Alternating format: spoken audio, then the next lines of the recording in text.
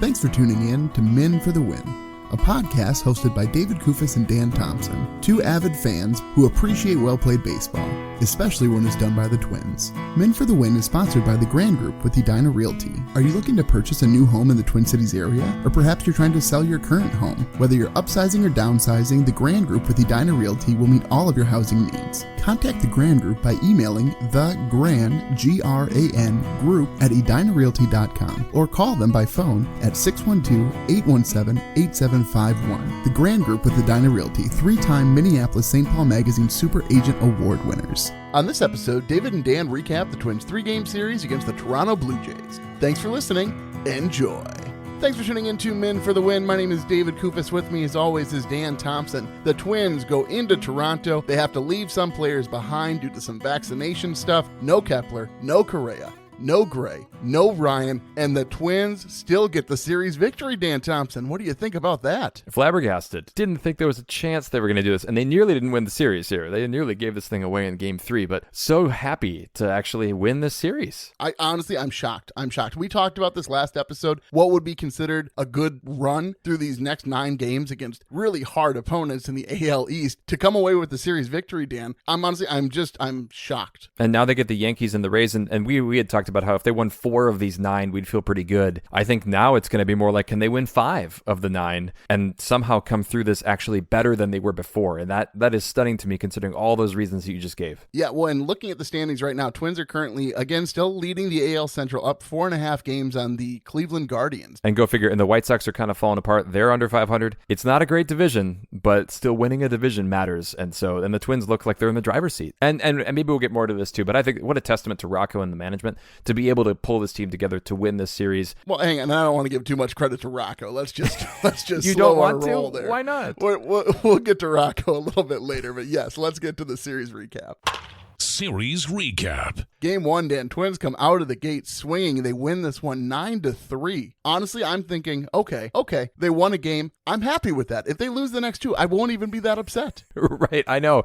So the Twins win this one 9-3, as you said. Garlick has a couple home runs. Miranda has a couple home runs. They really kind of cruised to this one. We'll talk about kind of a key moment in the 3rd inning later. The Twins had a 4-3 lead, but then insurance runs. We've seen this team do this a number of times this year where they really do tack on those runs. In this series, that was so important. Now, again, we need to emphasize, we know that we have a pretty large listenership on the Twins roster because Clearly. Both Garlick and Miranda got the business from us last episode, Dan, and they both turned it on for this series. It might mean we just actually don't know what we're talking about. Like that is the other possibility here. No, Garlick, huge game for him. Also, the pitching was really quite good here. I mean, against what looks like a really daunting Blue Jays lineup. I just love this. The system that Rocco used for this game was, it's like who's available. It was ready golf, right? Like Rocco was playing ready golf with the Twins bullpen. Who's ready? Yeah, sure. Go ahead. Throw him out there. You think he was looking at analytics and stats? No, he's like, whose arm hasn't fallen off yet? Put him out on the mound. He managed this whole series very practically. Chichi Gonzalez, one of the great names in baseball, right? He only gives him 3 innings, so then it's Moran, Cotton, Duffy, Smith, and Jax, each with just about an inning. The only one, Cotton pitched 2. Cotton, by the way, was one of the stars of the series, I would say, but the Twins find a way here. They even stole a base. Gordon was on base in this game.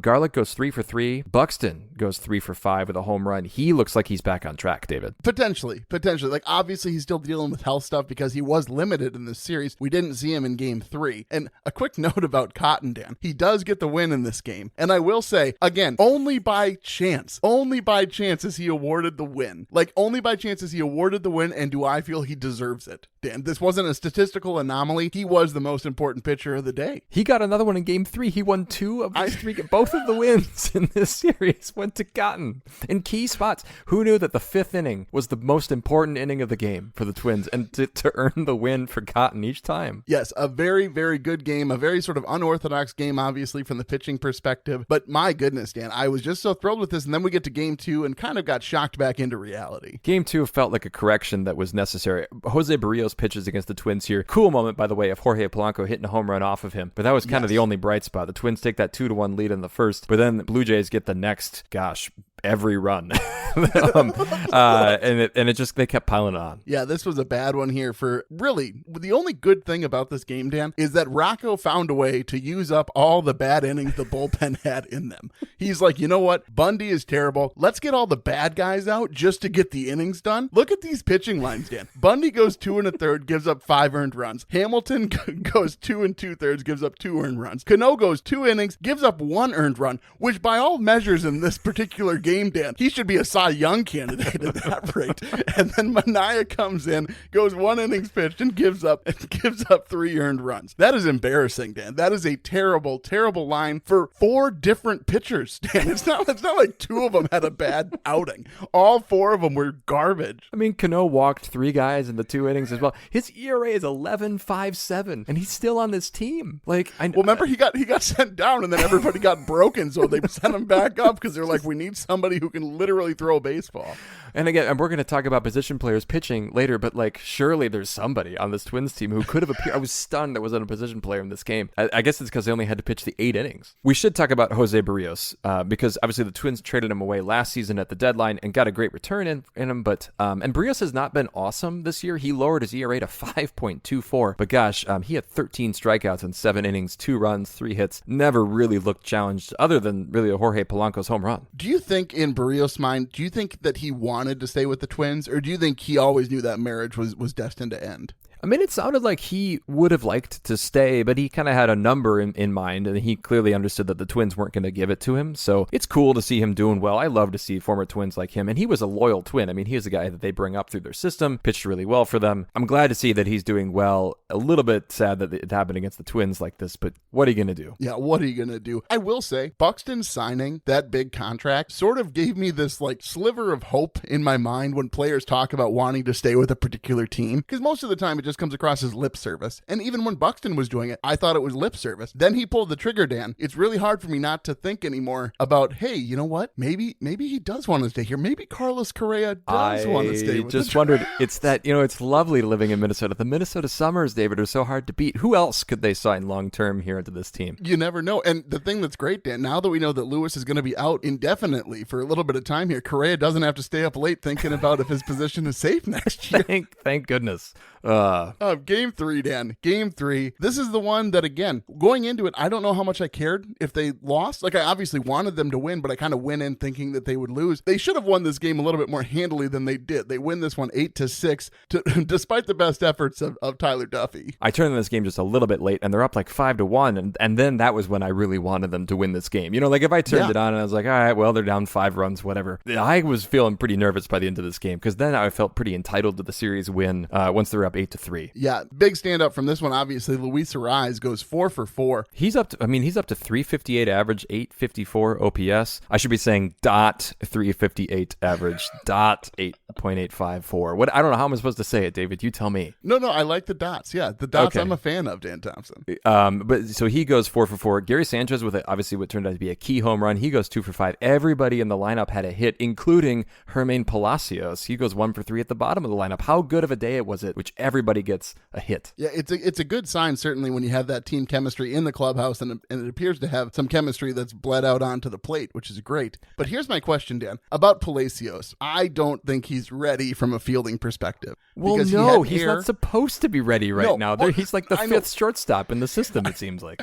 I know, we talked about this last episode a little bit, but it's just clear that he needs some more time. His footwork isn't great. You could see it today when he sort of double clutched on the ball to Polanco. Wasn't probably going to turn the double play anyway in the 9th inning here. However, it still would have at least given Polanco a chance had he not had to wait on the ball. Yeah, another example of guys kind of being forced into action early. I had thought that about Jose Miranda, but then Miranda came in and had a really good series. His average is up to 202. A couple more hits in this game. By the way, Urshela came back. He played in this game. That was good to see on a team that just can't afford any more injuries. Yeah, it was a weird play in game 1 where Urshela got picked off, and he got a little confused by the way that the pitcher was moving, and then he tried to dive back to the bag, but he twisted his ankle. But yeah, it must not have been too bad if he's back on the field field today. And again, to reiterate, the Twins won this game without Buxton and without Correa and without Kepler, and to still score as many runs as they did and to hang on like that, huge series win. Yeah, this one too, Smeltzer looked a little bit more like the Smeltzer we've come to know, I guess, prior to this season. He goes 4 innings pitched, 2 earned runs, 2 walks, 2 home runs, both solo shots given up, and then it goes Cotton, Jax, Smith, Duran, Duffy, Miranda. My goodness, Dan. Burning through all the arms. Thank goodness they have an off day tomorrow. Yeah, so Rocco's using all the arms. I don't quite understand why you wouldn't have given Duran a little bit more of a leash here. I know that he sort of had a weird hit off of his knee, it looked like, on a comebacker to the mound, but he only pitched 8 pitches, Dan. And obviously what happened to Duffy, hindsight 2020, still 8 pitches. You got a guy throwing over 100 miles an hour. Let him pitch one more inning. Yeah, I think we have a lot of decisions to talk about with Rocco here in a future segment. Anything else about this game before we get to picks? No, I'm just happy, Dan. I'm just happy. I don't know what to tell you. I'm happy. Catch 'em all, Kirby Puckett! Puckett's Picks winner. Well, I was going to be a lot happier here, David, when we first did the math in Puckett's Picks, because we had a 3-way tie here, and Gary Sanchez was going to be the winner by virtue of his fewer strikeouts. But then we had to go back and check, and credit to you, you didn't miss the hit by pitch on the second time through. No, yeah, first time through, I had a 3-way tie at 7. I did the tie breaks, and I'm like, you know what? I should go back and double check all of these numbers. I did miss the hit by pitch from Arise, got it the second time, Dan. And I got to say, it's one of the few times where I found an additional point, and I'm happy about it, Dan, because it went to the listeners and not to you. You know, that's a little bit... Why can't you just be happy for me there? I was going to have... And Gary Sanchez nearly had another home run. I really deserve this Puckett's Picks victory. I feel robbed. No, you didn't deserve it because you lost, Dan. That's not how... I hate it when people say that. Like, that's like the moral victories we talk about. Dan's talking, I deserve this. Why on earth did you deserve it? Your guy scored less points. I think that I should have, because Gary Sanchez played a complete game. If anything, though, I guess to be fair, Luis Arise, did have 4 hits in a game. So I think maybe it would be Arise deserving this in the end. Yeah, so Arise wins it for the listeners with 8 points. Dan and I sitting like schmucks on 7 points between Sanchez and Polanco. Brings the season records here. I am still in the lead with 7, but the listeners have pulled themselves even with Dan Thompson, 5 wins apiece. And that's 2 wins in a row for the listeners with Luis Arise. Let's go ahead and go forward to our next segment. Beast versus Bench. Is losing fun? Is losing fun?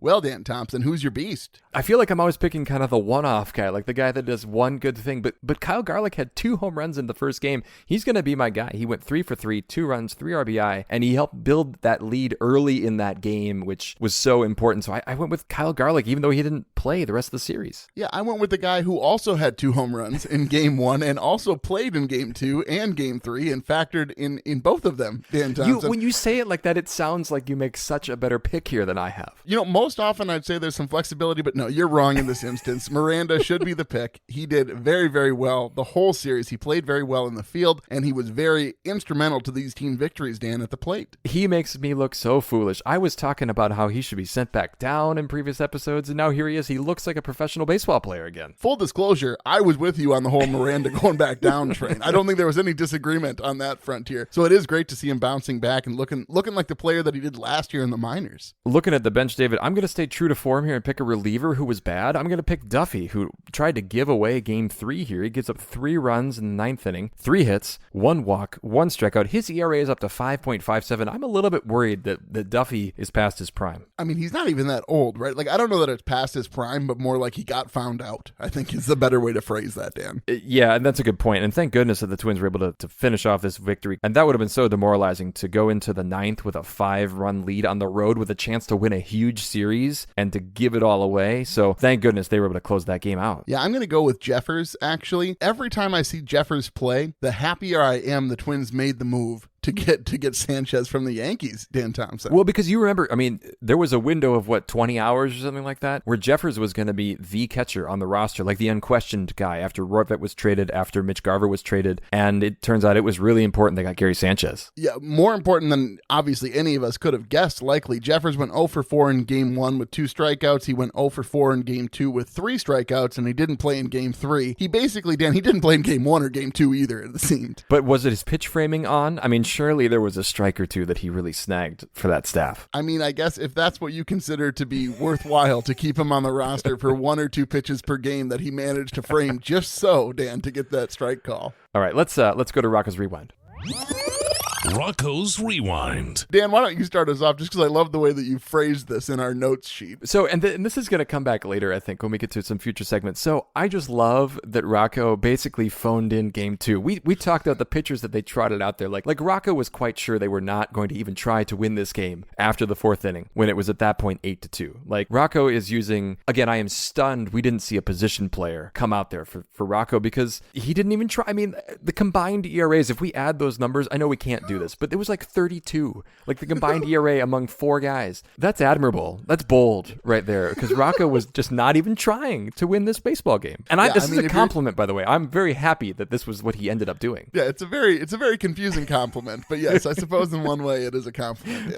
Yeah, what do you got? Yeah, so I'm a little bit disappointed with the early pull of Smeltzer. I think that he could have probably stayed in a little bit longer. He was only at 62 pitches, and remember, he was close to 100 in his last outing. Now, maybe it was just Rocco was worried about him going through the order again, but I do think, seeing again the lineup of pitchers that you used in this game, you used 6 more pitchers throughout the course of this baseball game. I think you probably could have let him have the 5th. But then further, why on earth are you not pulling Duffy? It is clear that he doesn't have it. It's clear that he doesn't have it, Dan. It's not like, oh, you know what, they got a couple of soft liners, something like, no.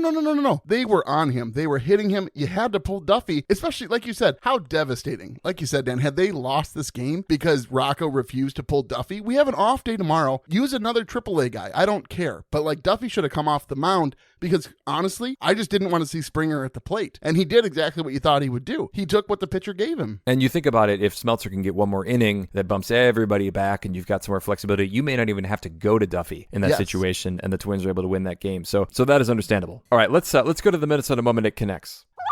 Minnesota moment. Yeah, it connects very, for my particular moment, I have Sanchez, his home run in game 3 in the 8th, 2 insurance runs, Dan, which should not have been necessary, which proved to be very, very important to the Twins winning this baseball game. And same with Larnach's home run too. I mean, it was these late runs that they got, that obviously you don't want to have to need those runs. And we saw this happen twice, right? We saw them not need them in game 1, and they really needed them in game 3. Yeah, what do you got for us, Dan? I'm going to go back to game 1. I'm going to look at the 5th inning here. So Cotton comes in with 2 runners on, and it's only 4-3 at this point in a game that, again, the Twins, we don't really think they have any business winning this series, right? He comes in with 2 on, nobody out, and he strikes out George Springer with 2 guys on. He gets Bo Bichette to fly out hard to Buxton, and then Guerrero strikes out swinging. And again, that could have been a disastrous inning, and I don't think the Twins recover from that situation if he doesn't pitch the way that he did. Well, 2 wins, like you said, Dan, 2 wins in this series. And Cotton. He deserved it. I mean, he's definitely deserving of the victory there. All right, let's keep going here, Dan. Mauer's musings. I just don't know how it can get any better. Mauer's musings. I'm a little confused here, David. Was the key to this series really, and maybe this team's success all season, Gilberto Celestino? Was he the key? He is the sole reason the Twins have been effective this season, Dan Thompson. Because he comes back and he plays in a couple games here. So he ends up playing in game 2 as a pinch hitter. He gets a hit. And then in game 3, he comes in. He's 3 for 5 starting in center field. Like, he's hitting 350.350, David. Is he really the gold? And if he's really this good, what does that mean for how the Twins are going to use him? And what does that mean for their outfield? Well, clearly, Byron's staying up at night just thinking, oh, man, I don't know if my job is safe. But does this create a left field, right field issue? Does this mean that Max Kepler's days are maybe done? Should it be Max Kepler who's up at night now because of Gilberto? Is he just not as good as I think that he is? But this is a pretty good sample size now. Yeah. You're flummoxed. You don't know what to say about Gilberto. I just don't want my boy Max to have to stay up late. I get so tired. If he really can be a major league center fielder, I wonder if he's just a trade asset at some point here down the road, because you've got Byron Buxton in center, but you also need a backup center fielder. I mean, the question about Kepler does need to stand, right? Because everybody kept making the comparisons between Sano and Kepler when everybody was down on Sano. Including me. And including Dan Thompson, yes, because your boy Sano. I know you love Sano. Absolutely. I know your feelings about Sano. But it is a fair question. To have somebody of Kepler's talent in right field as a fielder is great. However, I would argue that Celestino in right field could be just as effective, if not more so, than Kepler in right. And if Kepler can't get his bat right, I don't know, Dan Thompson. He's shown that he can hit the ball the other way to beat the shift, but I don't know if he's going to be able to continue to do that effectively. And if he can't, maybe we start seeing Celestino taking away some of the starts from Kepler, because I do think that Larnach likely is going to be in left field for the foreseeable future, the way that he's played as of late. I agree with you there. And a couple things. So Gilberto Celestino still has only about 150 plate appearances in his major league career. So I don't know that we can jump to big conclusions about his excellence, even though he's been really, really good over the course of this season so far. The other thing, you bring up Larnach. You remember when Brent Rooker was a part of this team? Yeah. I mean, just like, I think this says something played about... first base, right? Yeah, exactly. Back when I thought he was going to play base, first base someday down the road. But that it shows you how much Trevor Larnach has really cemented himself in left field. The fact that nobody's complaining that Brent Rooker was part of that trade. Now, I'm a little bit complaining about that whole trade to the Padres now, given that Taylor Rogers has been so good and Pagan has been so questionable and Paddock's been hurt. It hasn't worked out, but the fact that it left some space for Larnach has been an upshot. Yeah, I mean, the other question really regarding left field is Kirilloff, right? Like, what happens if Kirilloff can't get healthy? It's good that Larnach is playing as well as he has. However, you would prefer to almost see two guys jockeying for position as opposed to just Larnach getting it outright because Kirilloff can't get himself right. And the more that we're talking about this, the more that I'm seeing a very crowded outfield with younger players that just kind of makes sense that Kepler would get traded or wouldn't be part of this team much longer. And I like what he's doing this year. He's been a really effective player. He's going the other way. But I see all this young talent. I think something's going to have to give in the next season or two. Well, maybe at the trade deadline, Dan Thompson. It might happen. What do you have? What's your musing? Here's the question, Dan. Again, we're very happy with what the Twins just did against the Blue Jays. We have a series against the Yankees, which is going to be a big test, right? Because not only are the Yankees astronomically good this season, right? Yes. But not only are they that good, Dan, it's also the Twins-Yankees sort of relationship hasn't really gone in the Twins' favor in the past, from what I understand. I mean, I haven't really followed the Twins that closely. I hear the Yankees are good against the Twins. You're not staying up at night worrying about that? Crying about the Yankees, yeah. But so my question, Dan, for this series, they're at home, they're at Target Field. It's 3 games, they're all night games, Tuesday through Thursday. You get the choice between a healthy Carlos Correa or one start from a healthy Joe Ryan or Sonny Gray. I want Carlos Correa because he has been able to hit the Yankees and he has not yet felt the curse. But we've said that before about players who come here, and there's something about the Twins' baby blue jerseys, or powder blue. I don't know what they're going to wear for this series. They have to find a jersey. That's what they have to find, David. That'll do it. I'm sure of it, Dan. Do you have a different pick? No, I think that's probably the right choice. For the Yankees games, you need a guy to step up and be like, hey, we can do this, guys. Like, history is the history, right? Like, come on now. Let's make a new path forward. And so I do think that Correa being in the lineup is probably more important than getting a start out of Ryan or Gray. And are they going to get him back? Do we know? In the pregame interview, Rocco was a bit cagey about it. He thought he'd be back sooner rather than later, but he didn't say for the New York series for certain. The Yankees, by the way, are 39-15. They're 7.5 ahead of Toronto, who actually still has a slightly better record than the Twins at 31-22. So, man, those Yankees, they look dang good this year. All right, let's go forward, Dan. Time to grade the series. Series grades. Dare we say, David, we agree on this one? It's really hard not to give them an A, Dan. Like, I know it's not a series sweep, but you're not playing the Royals. You know what I'm saying? You're not playing the Tigers. You're playing the Blue Jays, who are a contender this season. They had no right to win this series, Dan. They won 2 out of 3. I have to give them an A. I am forced to give them an A. And if the playoffs go as it seemingly could, there's a pretty decent chance that the Twins would play the Blue Jays again in the playoffs. Hopefully, the Twins can have a better record than them. Hopefully, it's not a situation where all the wild cards have better records than the Twins if they're the winner of the Central, because I wouldn't have to deal with all of this, not having Kepler, not having Thielbar, not having Pagan, not having McGill, if they have to go back to Toronto. But to be at a team like this is a huge confidence boost looking even that far ahead. It's a solid point, Dan. I think looking forward, it just matters all that much more. We haven't agreed on an A in a long time here, maybe since their last sweep, I suppose, David. This is good. You this probably gave him a synergy. B. You probably gave him a B. I might have actually, because it was some listener will have to correct us. I don't remember what it was, but that's very possible. All right, Dan, Herbie's headline. Let's do it. I don't know, Jack. It looked like Herbeck pulled him off the bag. Herbie's headlines. David, I've been wanting to talk about this since I woke up this morning and I heard what had happened in the Dodgers-Mets game. David, did you follow this, or is this all on me? This is all on you. I want to hear it. Well, to be fair, I did look into it a little bit, but I want to hear it from you because you are far more excited about it than I am. So, first of all, this is so stupid. And I'm not actually very good at explaining myself, so I'm going to try to be clear and name the situation. The Dodgers are behind by 5 runs to the Mets on a Saturday night game. It's the middle game of a series. You're with me, right? I'm with you so far, yeah. So the Dodgers manager, Dave Roberts, comes out and he's about to put in a position player to pitch the last inning, right? Because he figures, what the heck, this isn't really worth our effort. And there's all this hubbubaloo, and Buck Showalter, who's managing the Mets, comes and he's like putting up 6 fingers and he's saying, hey, the Dodgers are only behind by 5. And apparently the rule, David, that was instituted at the beginning of the 2020 season, but that went away during the pandemic because apparently we threw out all normal baseball rules during the pandemic. Yeah. And now we're back and we're like slowly bringing back the rules one at a time. And they decided then that you can't bring in a position player to pitch unless you are behind by 6 runs or more, or I guess you're ahead by 6 runs or more. And so then Dave Roberts has to have another reliever come in and pitch that inning. He pitched a clean inning. This is so stupid. Dave Roberts is apologizing after the game for like not knowing the rule. Come on. He should be able to do what he wants. Why does he have to kowtow to some artificialness? This is like the shift, David. We are trying to micromanage managers. This is just problematic in so many ways. Fans want an ejection.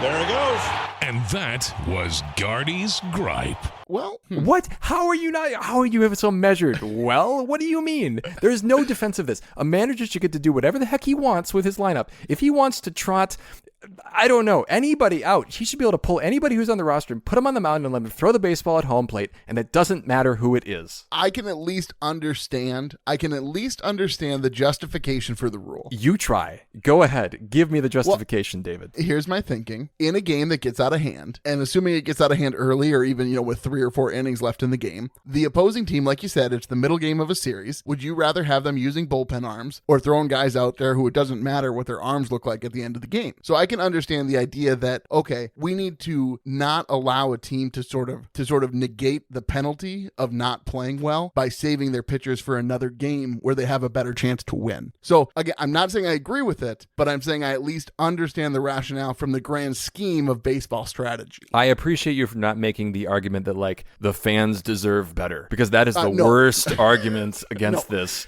No. This is strictly from the understanding of the game. I can at least understand why they would implement a rule like that. I can understand the rationale behind it. However, I will say I am in agreement with you. I think that the roster is the roster, and yes, there are position players and pitchers, but unless you're making a hard and fast rule that position players cannot pitch, I think putting other artificial issues in there is silly. And honestly, if you're the opposing team outside of this exact circumstance where you still have games to play against that opposing team, you shouldn't care. No, absolutely not. And that's the other part that kind of irks me, is that Buck Showalter's over there kind of like, he's not interfering with him. He's almost like showing, hey, I know this better than you. I don't. You have some strong feelings there. Well, apparently I do. My goodness, Dan's like, man, that guy is a smug son of a gun. Let me tell you, I'm going to put him in his place right now.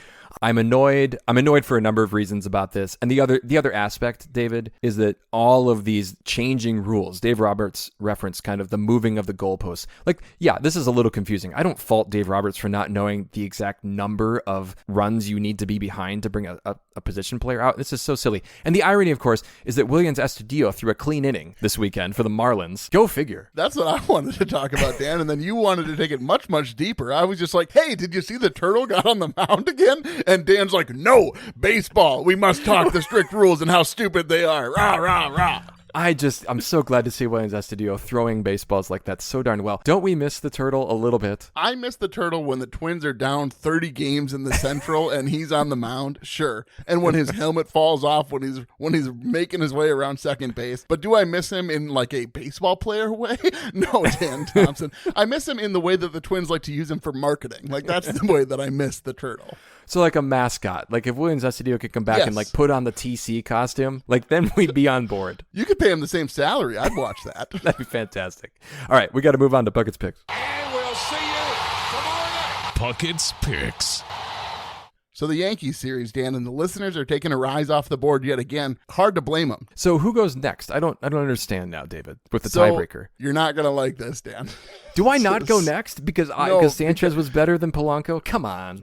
Because you won the tie break, so you would have won Puckett's picks had it been a 3-way tie, but because you didn't, and Arise got that hit by pitch point, You're so happy about this. You're just so giddy. It makes me so happy. It does. It really, really does. Oh, man. Who are you going to go with then? I'd love just to be able to tell you I know exactly who I want to take. Like, it doesn't even make that big of a difference in my mind right now, but I'm going to do it, Dan. This is a poor choice. I'm going to do it anyway. Jose Miranda is my boy. What are you doing? All right. Now that everybody's available to me. Yeah, you make fun of my pick. You can't even think of who you would pick now that you have a free slate. Hold on. Let me look at the latest. You got to look up the stats. You don't even know who's on the team right now. Well, you're it's making very fun of my pick difficult. of Miranda. Who's healthy, You don't who's even not. know who you can pick. All right. I'm going to go with actually... Not so easy, is it? No, there, it's sir? not so easy. All right. I'm going to actually go with Byron Buxton. I think he's back on track. I've heard this before. Actually. You I've have. seen I this think he's play, back yeah. on track. I'm going to take Hey, Buxton. I'm like Marty. I'm like McFly here. All right. I'm going to set this out here, Dave, before I get worked up again. Please do. Well, folks, if you like what you hear, please tell a friend. You can follow us on Twitter at Min for the Win. You can find our Min for the Win Facebook page. You can find us on YouTube as well at Min for the Win. Make sure you subscribe to the podcast in any and all of those places so you're notified when new episodes are available. And leave us a rating, please. That would be great as well. Thanks for listening. And as always, go Twins. That'll wrap up another episode of Men for the Win, a podcast hosted by David Kufis and Dan Thompson, two avid fans who appreciate well-played baseball, especially when it's done by the Twins. Thanks so much for listening, and as always, go Twins.